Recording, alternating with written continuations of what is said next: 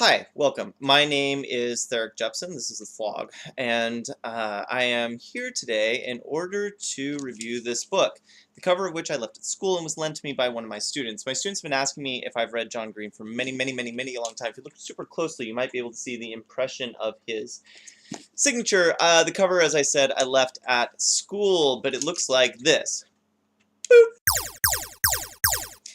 Anyway, here's the thing about John Green. I'm not so sure. I mean, it is true. It is absolutely true that my students like his work and they talk about it more than almost any other contemporary author. A couple exceptions. Harry Potter is definitely one out, although Harry Potter is waning. Waning's the right word. Waning in popularity. And, of course, for a short, brief period of time there, Stephanie Meyers, everybody's talking about her, whether they liked her or not, they talked about her. John Green, until recently, seemed to be universally beloved. I've since found a couple students who don't agree with him, but that's because they saw this sitting on my desk.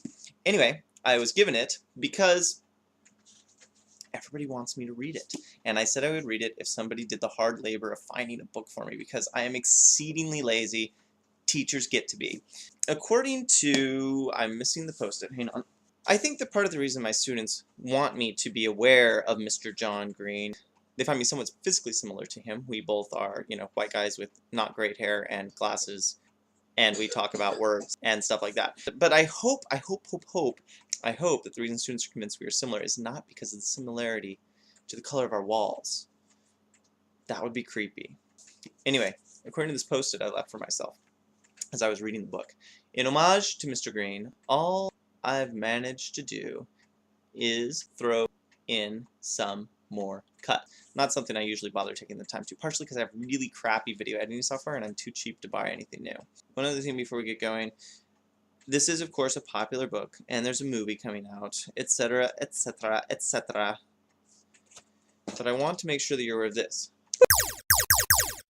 Now that that is covered, I just want to warn you, I'm going to talk about whatever the heck I feel like. And it's not going to be a super well-structured essay. You would think that as a teacher of what super well-structured essays, I would put a lot of stock into a super well-structured post such as this upon the YouTubes. Man, it is vacation. Forget that. The first thing I'd like to say is that this is a book about kids with cancer that manages not to be totally cloy or maudlin. This is a great success.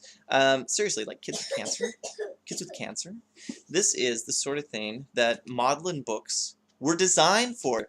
But as the characters talk about over and over and over again, kids with cancer are still kids. And one of the things that I admire about this book as a teacher of the English, it's almost like Mr. Green's purpose in writing this book was to model good behavior. Let me clarify what I mean by that. The characters are always modeling this sort of going below the surface of books. So, how do they do? Well, the kids do pretty good. Of course, they read a couple, famous things. They read a made-up book. I've always wondered, what percentage of epigraphs are totally made-up crap? Crap. Sounds like a pejorative. I don't mean it that way. This one, epigraph. A book that only exists from a book that only exists in the novel. And then, here's another thing I liked. Mr. Green is pointing out that this is a work of fiction. It does seem very much like he's trying to emphasize that these are not real people. And then, of course, the author of the epigraph, Mr. Van Houten, also emphasizes this idea that characters do not exist outside their book. This is an important thing to me, not just as someone who teaches others to write about literature, but also as a creator of literature myself. The author is dead. Who cares what I think? If you want to know how to pronounce this, I don't feel like it's really my job to tell you. Who cares what the author thinks? Once the author finishes the book, it doesn't matter anymore what the author thinks. The book is now the reader's. So on that, it ends with this, The Fault in Our Stars Reader's Guide. Mr. Green is pioneering kind of a very unusual relationship with his audience.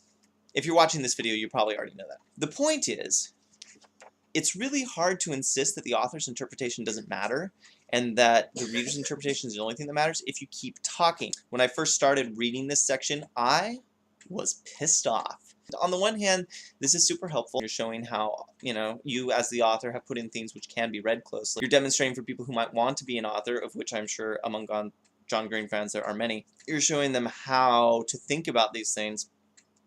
On the other hand, you're also telling them what to think as readers. let's talk about the novel itself. From the moment Augustus showed up, I knew he would die. Now, this is not a criticism, by which I mean it is not a negative criticism. Criticism, not necessarily meaning negative, but, you know, this being the internet's. I don't even remember what I was saying now. And, oh, yes, right. I knew he was going to die. There are only so many kinds of stories, right? Like, this is something undoubtedly the Green brothers have talked about. If you haven't watched Vonnegut's video, I recommend Vonnegut's video. Google, YouTube, Vonnegut's story, or I could put a link down there. So he's going to die. Now, I could be wrong, of course. Maybe he won't die. It doesn't matter that I have not read Coriolanus and I've not seen Coriolanus. Coriolanus, I'm pretty sure, dies at the end. That's not a spoiler alert, even though, you know, if necessary.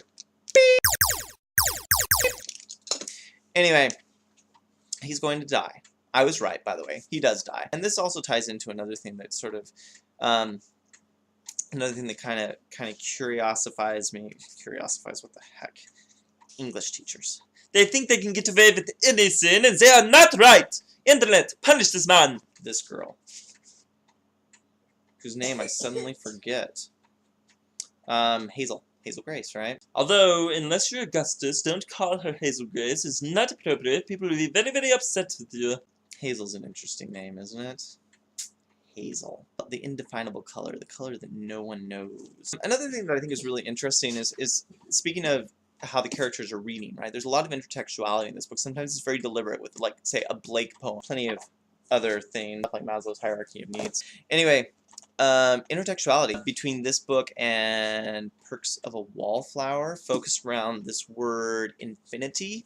I do think that Fault of Our Stars does more with it than Perks did. Unlike most of the other intertextuality in the book doesn't tell you what to think about it. Because that's the thing about this book. Even though I did like it, and I think it's an excellent text, I kind of like to teach it to high school freshmen. I think it's a great way to teach literary analysis and intertextuality and these sorts of ideas.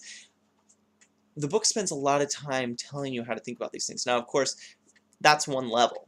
Like any good work of literature, there are multiple levels. The book does tell you what to think. And largely this has to do with the current YA convention of the personable first person voice.